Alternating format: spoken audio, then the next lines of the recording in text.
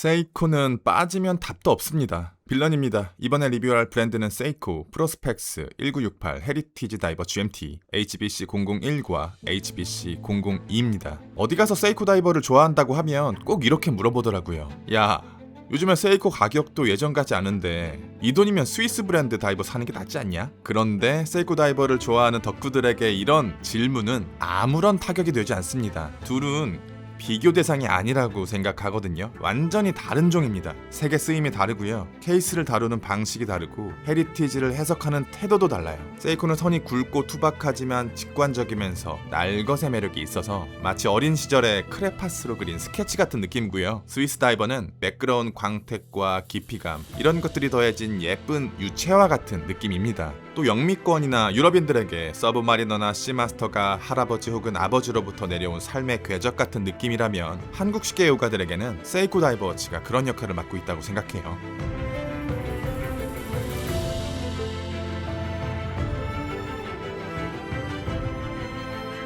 제가 생각하는 세이코의 매력을 찐득하게 담고 있는 아이코닉 다이버 워치는 유기마스, 터틀, 그리고 마린 마스터입니다. 유기마스는 지금도 갖고 있어요. 한국에 정발되자마자 바로 구입을 했는데 사실 유기마스는 살짝 스위스 맛이 섞여 있다고 생각해요. 터틀은 SPB 151의 후속이 조금 더 다듬어져서 나오면 정착하지 않을까 싶어요. 마린 마스터는 세이코의 최종 병기입니다. 미모로 마마에 비빌 수 있는 다이버 워치는 거의 없다고 생각하고요. 이 시계는 마린 마스터의 피를 이어받은 후속 모델이라고 보시면 됩니다. 사이즈 42mm, 마마가 44.3mm였으니까 사이즈는 2mm가량 다운사이징 되었고요. 세이코는 실제 사이즈보다 조금 더 여유롭게 표기하는 경향이 있어요. 두께 13.3mm, 러그 트러그 48.6mm, 러그 20mm, 풀코 기준 188g, 가격 324만원, 칼리버 6R54 GMT 무브먼트, 72시간의 파워 리저브, 사파이어 크리스탈 세라믹 베젤 인서트 30바, 300m 방수, 17cm의 손목둘레 위에서 이 정도의 사이즈입니다. 제 시각에서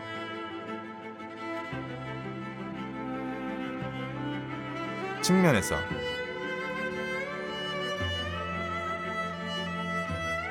타인의 시선에서 조금 더 멀리,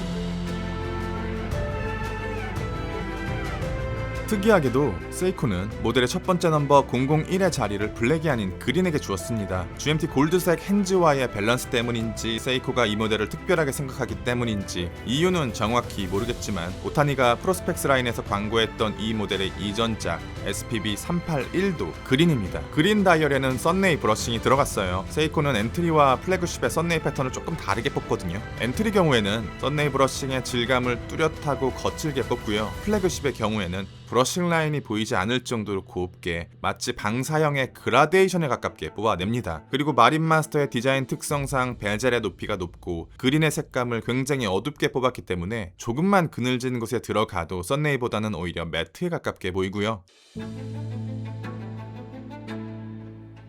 조금 더 밝은 곳으로 나왔을 때, 더 밝은 곳으로 나왔을 때도 그린의 색감이 조금 드러날 뿐 썬네이가 자기 주장을 강하게 하지 않습니다. 반대로 블랙은 어떤 조건에서도 변함이 없는 순수한 블랙 매트 다이얼입니다.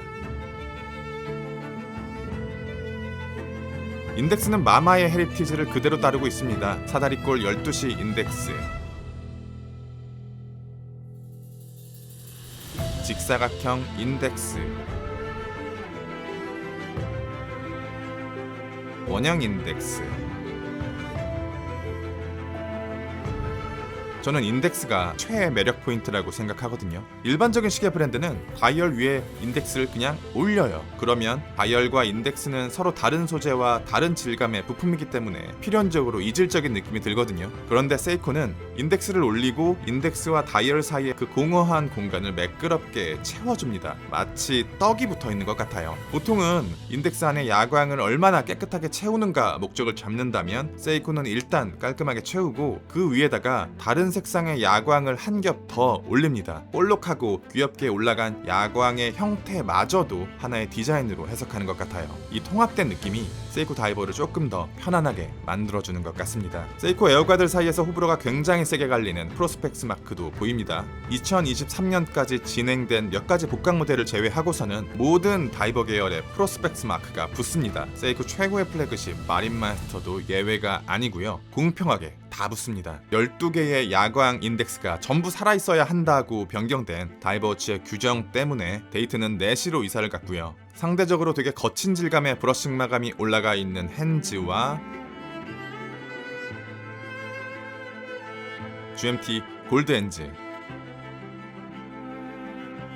GMT 인덱스는 챕터링의 절반을 쪼개 들어갔습니다.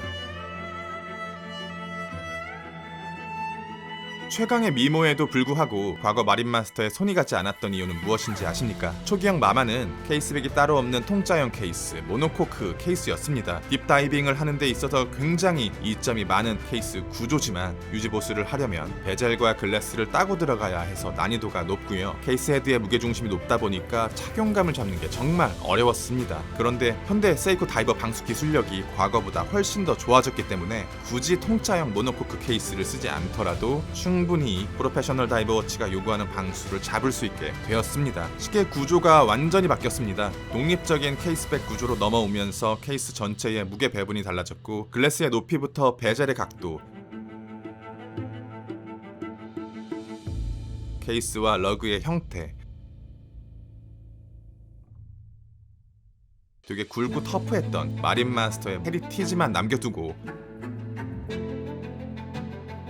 모든 게 바뀌었습니다. 기본적으로 프로페셔널 다이버 워치에 뿌리를 두고 만들어졌고 GMT 기능도 같이 들어가 있기 때문에 42mm 사이즈, 13mm 두께는 최근에 다운사이징 추세를 고려한다면 작은 편은 아니거든요. 그럼에도 불구하고 착용감은 역대급입니다. 다이버 워치에서 기대할 수 있는 착용감을 아득히 넘어섰다고 생각되고요. 이 정도로 착용감이 좋은 시계는 다이버 워치에서는 비빌만한 게 딱히 생각나지 않아요. 손목을 마치 뱀이 휘감는 것 같습니다. 작고 납작한 사면줄에 프레지던트 브레이슬릿으로 바뀌었습니다. 케이스에 발린 거친 감성의 브러싱 마감과는 다르게 브레이슬릿 전체에 발린 브러싱 마감은 되게 세밀하고 부드럽습니다. 버클의 디자인은 날것 그 자체에 가깝고